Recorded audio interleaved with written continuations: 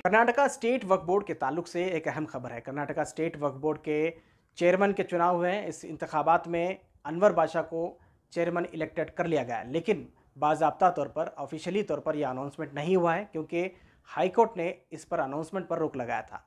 कुछ अफराद कोर्ट का दरवाज़ा खटखटाए थे कि जब तक मुतवल्ली कोटे के मेंबरशिप का इलेक्शन नहीं होता तब तक किसी भी चेयरमैन के इलेक्शन को रोक देना चाहिए। इस पर कोर्ट ने कार्रवाई करते हुए कहा था कि इलेक्शन होने दें, इलेक्शन के रिज़ल्ट को अनाउंस ना करें। कल उसकी हेयरिंग है, यानी मंगल के दिन जो है इसकी हेयरिंग है और हेयरिंग में ये फैसला लिया जाएगा, लेकिन तब तक के लिए इसका अनाउंसमेंट को रोक दिया है। जब तक अनाउंसमेंट नहीं होता है तब तक कोई चेयरमैन बाज़ाब्ता तौर पर किसी को नहीं कहा जा सकता। लेकिन यूनानी मसली इलेक्ट होने की वजह से तमाम लीडरान की तरफ से, यानी जो 10 मेंबर हैं वक्फ बोर्ड के, उन्होंने उसमें से सिर्फ अनवर बादशाह ने ही चेयरमैन के लिए नॉमिनेशन भरे थे और किसी ने नॉमिनेशन नहीं भरा। इस तरह से यूनानी मसली अनवर बादशाह बगैर किसी उसके जो है इलेक्ट हो चुके हैं। तो बहरहाल बाज़ाब्ता तौर पर ऑफिशियली तौर पर ये अनाउंसमेंट नहीं हुआ है, लेकिन कल जब कोर्ट में ये मामला जाएगा उसके बाद ही इसका अनाउंसमेंट हो सकता है। कोर्ट, जहाँ तक कोर्ट का मामला है, इस तरह का केस शाफी साथी जब इससे पहले चेयरमैन बने थे उस वक्त भी इस तरह का केस दायर किया गया था, जिसमें वो केस बाद में रिजेक्ट हो गया था। इसी तरह से अंदाज़ा लगाया जा रहा है कि इस केस में कोई दम नहीं है, ये केस रिजेक्ट हो जाएगा और चेयरमैन बाज़ाब्ता तौर पर अनाउंसमेंट कल अनवर बादशाह को कर दिया जाएगा। काफ़ी जोश देखने को मिला अनवर बादशाह की इस कामयाबी पे, क्योंकि यूनानी मसली इलेक्ट होने की वजह से ये बात साफ़ हो गई कि अनवर बादशाह अगले चेयरमैन है। इस वजह से इनके चाहने वालों में काफ़ी खुशी देखने को मिली। उनके दफ्तर, वक्फ बोर्ड के दफ्तर पहुँचकर काफ़ी भीड़ जमा हो गई, उन्हें गुलपोशी करने लगी और काफ़ी उनके हक़ में नारे लगाने लगे। हालांकि जो रियासती वक्फ बोर्ड के मिनिस्टर हैं ज़मीर अहमद ख़ान, उनकी ख्वाहिश थी कि अनवर बादशाह चेयरमैन बने। वो पहले भी कई बार इस तरह के स्टेटमेंट दिए थे कि अनवर बादशाह ऑफिशियल कैंडिडेट बनाए जाएंगे और अनवर बादशाह को ही चेयरमैन बनाया जाएगा। उसके बाद कुछ ये भी कहा जा रहा था कि इसके बरतरफ जो है बरअक्स एक और टीम बन रही है, जिसमें से दो चेयरमैन नॉमिनेशन भरेंगे तो दोनों में मुकाबला हो सकता है, कोई भी जीत सकता है। लेकिन कल एक खुसूसी मीटिंग हुई जिसमें तमाम मुस्लिम MLAs, MLCs, MP शामिल थे और तमाम लोगों ने यूनानी मसले ये फैसला किया कि अनवर बादशाह को चेयरमैन बना दिया जाना चाहिए। बहरहाल ये 14 महीने का टर्म बाकी है, 14 महीने के लिए ये चेयरमैन बनाए गए हैं और तमाम लोग एक साथ होने की वजह से यूनानी मसले इन्हें इलेक्टेड कर लिया गया है। इस पर अनवर बादशाह ने खुशी का इजहार किया, रियासती वज़ीर ज़मीर अहमद ख़ान का शुक्रिया अदा किया, CM सिद्धरामैया का और तमाम अपने मेंबरान का उन्होंने शुक्रिया अदा किया। यहाँ पे मैदान होता रहा है, किसी तरह की नॉमिनेशन नहीं हुई, एक तरह से यूनानी मसले सेलेक्ट हो गए, क्या कहेंगे? भाई अभी वक्फ बोर्ड का तो टाइम आपको सब मालूम है, अभी 16 महीने बाकी है। अब इसलिए पूरे मई चेयरमैन होना, तो चेयरमैन हो, 2-3 कैंडिडेट थे। पूरे हमारे सियासत के ज़िम्मेदार लोग हमारे बैठ को MLAs हो, MPs हो, मिनिस्टर सब बैठ को कल डिस्कस कर को एक ही कैंडिडेट करे तो अच्छा रहता।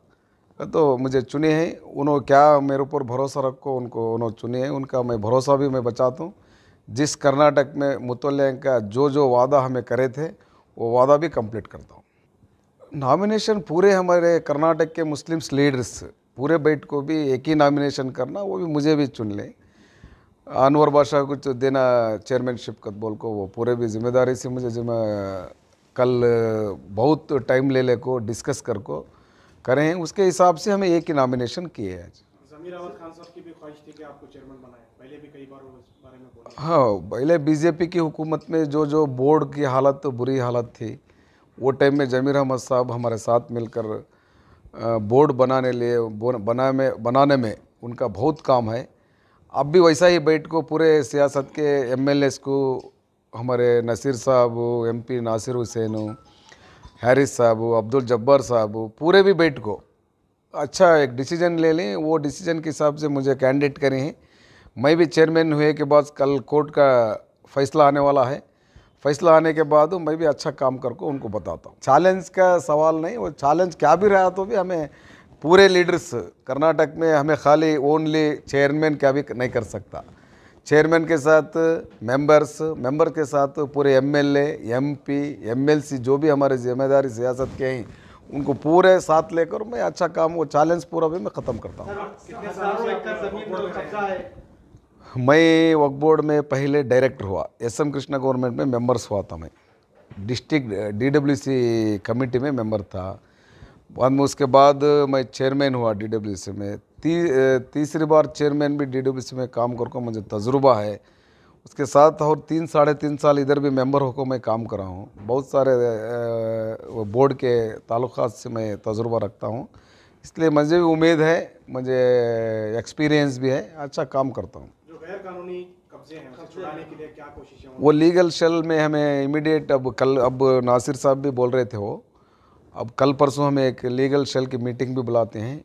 उसमें कौन से हाई कोर्ट में कौन से पेंडिंग हैं, सुप्रीम कोर्ट में कौन से केसेस पेंडिंग हैं और डिस्ट्रिक्ट कोर्ट में कौन से केसेस पेंडिंग हैं, पूरा डिवाइड करके एक रिव्यू मीटिंग करके लॉयर्स के लीगल शेल के साथ हमें उसका फैसला लेते हैं कि आज इलेक्शन कंप्लीट हुआ, इलेक्शन प्रोसेस कंप्लीट करें। इसके साथ साथ अभी रिजल्ट भी अनाउंस नहीं हुआ। इलेक्शन जो आरसी को इधर करें हैं वो कंप्लीट करें, रिजल्ट सस्पेंस में रख लें। कल कोर्ट का हियरिंग है, हियरिंग के बाद हमें पूरे बोर्ड्स के साथ मीटिंग करते हैं। बड़े बड़े मसले जो भी आते हैं, हमारे लीडर्स हैं, पूरे लीडर्स के साथ बैठ को हमें फैसला लेते हैं।